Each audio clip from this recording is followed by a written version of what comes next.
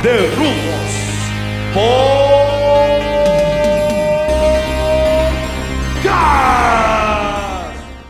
What is up, Rudo Nation? I am here with one of the most promising LA Dojo young lion talents, Alex Coughlin. Alex, welcome to the Rudo's podcast. Thank you very much for having me. Thank you for taking the time to join us. We're here in San Jose. You just had a really good match today against Ren Narita. Thank you very much. Yeah, Ren's new to the LA Dojo. He's been through the paces before. He's been with the No-Gate Dojo over there in Japan quite some time now, maybe 3 years. It's different in LA. It's a different dojo. That doesn't mean shit over there. Not when you come over here. No, you guys have a different style. You are very intense. You guys have a lot of influence from Shibata-san in your mannerisms, in your demeanor. What would you say is one of the most important lessons he's taught you so far? Fire. That's the first thing that comes to mind. There's a lot, obviously. There's tons of things that pop up when we're talking about what we've learned through all our time here at the LA Dojo. But fire, I'd say, is the number one. Just passion, wanting to win, never stopping. Go. When your gas tank's on empty, but you still gotta go. You have a match to win. What are you doing stopping? Can't half-ass anything. Go. Bring the fire. Yeah, half-ass is not a phrase I would use to describe Shibata-san, right? Oh, absolutely not. He whole ass is everything. What's been one of the biggest adjustments you've had to make to your wrestling style, training with Shibata-san and the other young lions in the LA Dojo? I'd say, now I'm thinking about it, literally everything. Changed everything. But man, I'm glad I did. Amazing opportunity training with literally the greatest of all time in the style that I've wanted to fucking train in since day one. Watching all the technical style, the real shoot style, always what I wanted to do. And well, wouldn't you have it? I'm here. Wow. The only guy that would be proficient enough to teach a whole class like us today. It's incredible. It is an amazing opportunity. Can you walk us back a little bit and tell us about when you found out you were accepted into that LA Dojo? All right, it's a funny story actually. They ran the training camps over in the LA Dojo. They just started up. It wasn't like a full-time dojo or anything. They were accepting applicants for a couple months, 30 or so, and they had a bunch of weeks where they'd bring in 30 guys each week. And people came from all over the world. I flew in from New York. I thought I had the biggest mileage. I was going to brag like, I came across the country. People from Finland, Germany, China, people from all over the world wanted an opportunity to train at the LA Dojo. But the first week, we're just running the paces. He's putting us through these workouts 5 days a week. Wow. And I was there for 5 days with 29 other guys. And at the end of the camp, they pulled me into the back room. They said there was something wrong with my form. And I was like, hey, kid, I checked that thing over 30 times. I took the day off work when the applications went up online so I could make sure to put it in as soon as they went up. I took the day off to make sure my name was the first one there.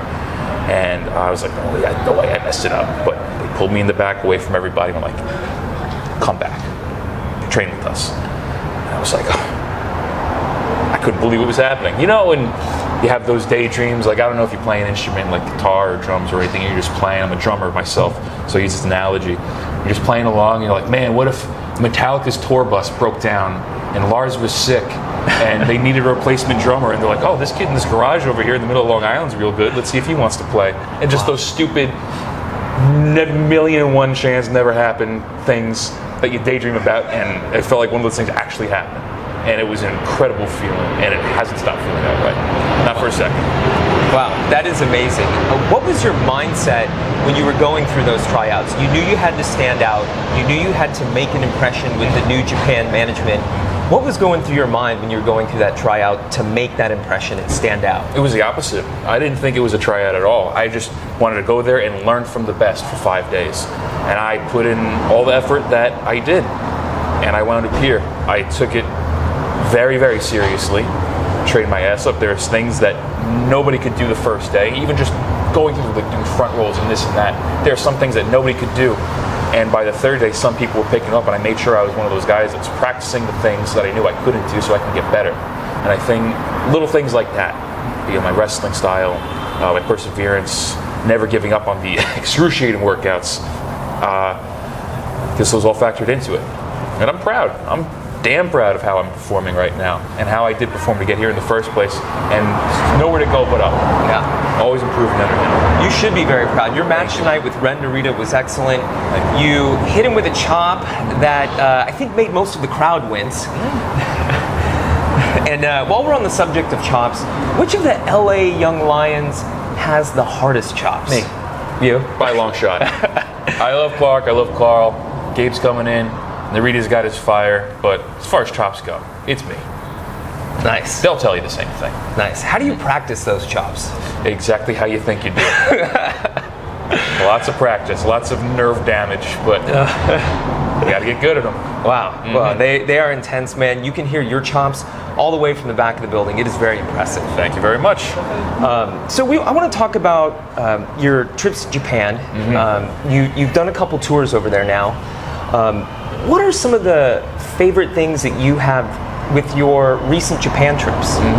Well, there are a lot of vending machines in Japan. They're everywhere. There are a ton. It's awesome, and they have this. It's easy to. I drink tons of coffee, way too much coffee, like 3 cups a day, and I have for about 15 years, not exaggerating. And they have this brand of coffee, Boss Coffee. It's Tommy Lee Jones, the guy from Men in Black. Yeah, he's the face of Boss Coffee, and it's just easy. You put in your little 100 yen, and you get the coffee, and it's on every corner.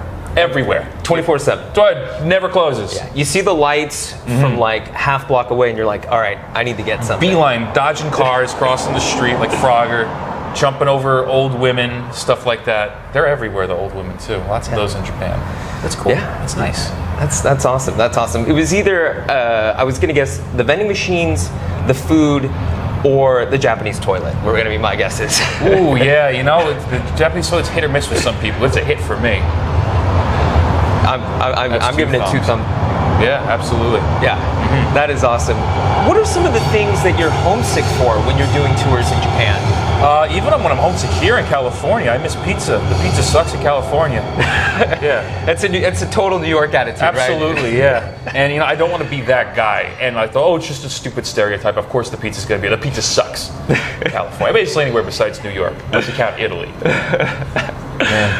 Wow. That's basically the biggest thing. But in Japan, just lots of culture shock things. Not like it's ever a big deal. There's stuff that's ever made me like stop in my tracks, go like, what's going on? But again, the toilets, I was kind of smarting up to beforehand. I was like, just be careful. Sometimes you got to squat over a hole, and sometimes it'll shoot right back up at you. You hit the wrong button, you're getting the spray. Absolutely. If you hit the right button, you get sprayed. Yeah. You can adjust the temperature and anything, cold or warm, whatever you want. Well, I don't know why you want cold. No. But, there are some strange people The out seat there. warmer, it's fantastic. Yeah. I don't know why that's not standard worldwide. We got it in cars. We have it on toilets in Japan. Why do they have them here? Why It should don't be everywhere. That little tiny little foam bench from IKEA that costs $20 should have a heated option.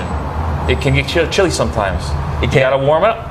You gotta warm up somehow. Even here in California, it's not quite New York, so it doesn't quite get as chilly, but it still can. You get sweater weather, yeah. Yeah. So when you go to Japan for a tour, you come back to the U.S. What are some of the culture shocks that you experience having been away for so long, coming back to the U.S.? What do you kind of feel like, oh man, this is so different? Well, I mean, the boring answers and the most true answers are the food. Oh yeah. And just walking around and being like, oh, there's a Taco Bell. I forgot those were names. Unless you're in Shibuya, they have a very nice one in Shibuya. But the food's the biggest one. And then just different facets of food, like the Starbucks menu is way more expansive in America. No pumpkin spice in Japan. I don't care if it's basic, it's delicious. You're a pumpkin spice man. Totally, yeah. You get it while you can. It's only here for 2 months. It's a limited time. Yeah, no shade. Absolutely. If it's good, it's good. If you enjoy it, get it. Do it. Do it. No judgment. Yeah. No judgment. Wear Uggs. I don't care. They're comfortable. Keep you warm. That's awesome. That's awesome. So, what are some of the goals you set out for in 2019? You've had an amazing year. What are a couple of the things you set out to achieve this year? Basically everything I set to achieve last year, but tenfold. Keep training. I'm not done by a long shot as far as training goes. And, there are lots of people that are at this level, and they're good. They're tough shit. They're torn. They're doing great. Not just in New Japan, but everywhere all over the world. And we're training, and we're training, and we're training. I don't want to be here. I want to be up here. I don't want anybody to be able to touch me. I want to continue what I'm doing, what we're doing in the LA Dojo. until people don't know what they're looking at. Wow. I want it to be a wrestling show and then the New Japan LA Dojo match that people are like, wow, that was cool. With the Young Lions tournament this year, a lot of people were tuning in for the Young Lion matches. This is one of the most exciting Young Lion classes ever between LA and the Japan Dojo. What are your favorite matchups with the Japan Dojo Young Lions? Man, you know what? LA Dojo is better, but I got to give them a lot of credit. They're good over there. They kick a lot of ass, a lot of fire over there in No-Gay. Man, basically everybody on the come up is definitely worth keeping an eye out. Uemura, Narita, Shota, he's just on excursion. He just went over to London. And Tsuji. Yeah, I had fun kicking all their asses while I was over there. Yeah, I saw you got into a little trash talk on Twitter over, I believe it was Yoda. Yeah, that's right. Yeah. First time I tweeted once in 2015 when I first made it, forgot I made it, and then I heard that he was talking shit on the LA Dojo, so I went back 4 years later to make sure that I wasn't taking it, I was going to kick his ass. Lo and behold, what happened? Run your mouth, man. I'll go back on social media and pin you. Or make it tap out. One of the two. Doesn't matter. Man, you guys had a great match during that Young Lion tournament. Thank you very much. What are you looking towards now? We've got Lions Break in December. What are some of the matchups you're focusing on, or some of the wrestlers that you're interested in facing next month? Everybody's on the list, man. Next month, whoever's there, whoever I can get a match with, it'd be great. If it's another LA Dojo guy, if I gotta wrestle Clark, awesome. Kill Clark. If I gotta wrestle Narita, great. Kill Narita. If I gotta wrestle anybody that's gonna be there, who are some of the names? Like anybody. It doesn't matter. I know it's a boring answer, but anybody. It's true. Yeah. You seem eager. You seem ready. On the horizon after Lions Break, you've got Wrestle Kingdom. This would be your first Wrestle Kingdom if you appear on the card. What's going through your mind as you've got that opportunity just less than 2 months away? Chomping at the bit. I don't know if anybody caught the California Dreamin' Shibata 5-part documentary on YouTube, but on the 5th episode, all the episodes were leading up to the LA Dojo debut match at it was Long Beach. It was the Walter Pyramid. It was in September of 2018. And the entire time, filming us practicing, training, running drills every day. We went like 3 weeks straight, no days off, just running us into the ground. Shibata-san said beforehand, one match. There was 4 of us at the time, 2 of you, one match, dark match. Other 2, watch. So you train, watch. Only 2. And all that stuff was not for the camera, basically. And we didn't find out who was going to wrestle until an hour before they pulled the curtains for the show. So basically all of us were in go mode for a month straight. And just like how I got the opportunity in the first place, that's how I trained every day at the dojo, and that's why I got the opportunity to have the first dark match for the LA Dojo and represent Shibata-san, his teachings, and the LA Dojo in general. And that's how I'm going to go into Lions Break.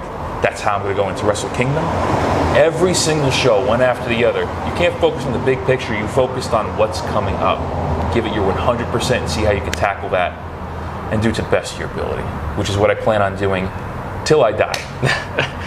You seem focused. You seem intense. Kind of looking a little bit past that, if you do have an excursion, what are some of the places you would like to go to have your Young Lion excursion? Man, there's a lot of really cool places that I'd love to go. London was incredible. They have a lot of really good wrestlers out there that I'd love to learn from, train with, wrestle. Basically anywhere. Mexico would be amazing. Wherever they send me. I don't know if they have ties in every single country. I'd love to go to Germany. That'd be cool, wrestle over there. Japan, if I could go to Japan and just stay there and learn everything, just culturally, from the ground up. Not just wrestling, but just the culture and a better understanding of how everything works. Yeah, anywhere. That's awesome. If I had to pick a number 1, I'd say Japan. Japan? Yeah. Have you been learning any Japanese? Choto. Choto? Yeah, Choto. yeah. A little bit. Yeah. So a little bit, yeah. Yeah, awesome. Basically every night we help Shibata-san practice a little bit of English. In return, we get a little bit of Japanese practice. Phrases here and there. Everyday uses. Yeah, that's awesome. That's awesome. And there's, really just a few phrases can help you get by in Japan. Gomenasai. Mostly apologizing for things. Yes. Very polite. Yeah. All the polite words will get you miles in Japan. Yeah, genki desu ka? Genki desu ka? Genki desu. Yeah, that's awesome. That's awesome. So, what are some of the goals that you have going into 2020? Get bigger, get stronger, get better. Represent the LA Dojo just how I have been, but more. Wow. I'm proud of what I've done the past year, man. I'm proud I moved all the way across the country from my family and my friends. Started off as the least experienced guy. I still am in the LA Dojo. We just picked up Gabriel Kidd. He's been wrestling for 8 years. I had 12 matches before I got signed to the dojo. It's a lot of pressure, but man, I've been handling it incredibly. I'm super proud of what I've been doing and how much better of a person, as a man, as a wrestler that I've become. Seriously. I'm gonna keep doing it. I don't see why I wouldn't. It's been working out pretty well so far. That's really cool that it's been such an experience where you've not only been able to grow as a wrestler, not only able to grow in your professional life, but also in your personal life as a person, kind of getting that experience, that exposure, getting to travel. What's been your favorite part about being able to go all over the world? Going all over the world. It's really cool sightseeing whenever we're on tour with the Ring of Honor in New Japan, going, even just, I've been on Long Island, going upstate New York, Niagara Falls. Beautiful. It's great to have. I didn't do a lot of traveling before I moved out here to California and got signed to New Japan. So that's definitely a big plus. Training and wrestling and just seeing everywhere. It's beautiful. It's a big world out there. I know, man. I love to travel. It's rough, but you got to do it. You got to do it. Absolutely. Just expand your mind. Expand your mind, expand your horizons, expand your boundaries. It's not just for the food. No. Got some good food in other places. Yeah, I love the Italian food in New York. There's no good Mexican food. Over here is awesome. Oh yeah. Yeah. Take the good with the bad. Yeah. All right, I'm going to ask you one last question before we wrap up. This is a very important question since you're living in LA. This is going to be very personal. So I hope you're okay with this. What is your favorite taco spot in Los Angeles? There's this taco truck that parks right off, I believe, 2nd Street in Long Beach. It's right by this big arch structure. It looks like you made some, what's that called? Some fried, the fried dough from the carnival. Yeah, it looks like somebody made fried dough in Microsoft the funnel Paint. cake. Funnel cake in Microsoft Paint and put a whole bunch of light tubes in it. And it always parks right there, right in Long Beach. We always go there. Nice. For tacos. What's your taco of choice? Straight up beef and cheese. Beef and cheese. That's it. Yeah, all the protein. If you don't got protein, I don't want it on my taco. Why are you eating it if it doesn't have protein? Exactly. Get bigger, get better. That is a great mantra. That is a great motto. Thank you very much for taking the time to hang out with us here at the Rudos Podcast, answer some of our questions, tell us about your experience, your growth. 2019 has been an amazing year for you. 2020 looks to be extremely promising. We're going to keep following you here at the Rudos Podcast, keeping tabs on you and the other LA Dojo Young Lions. Thank you very much for being with us. Thank you very much, Jason. Rudos Podcast. Check it out.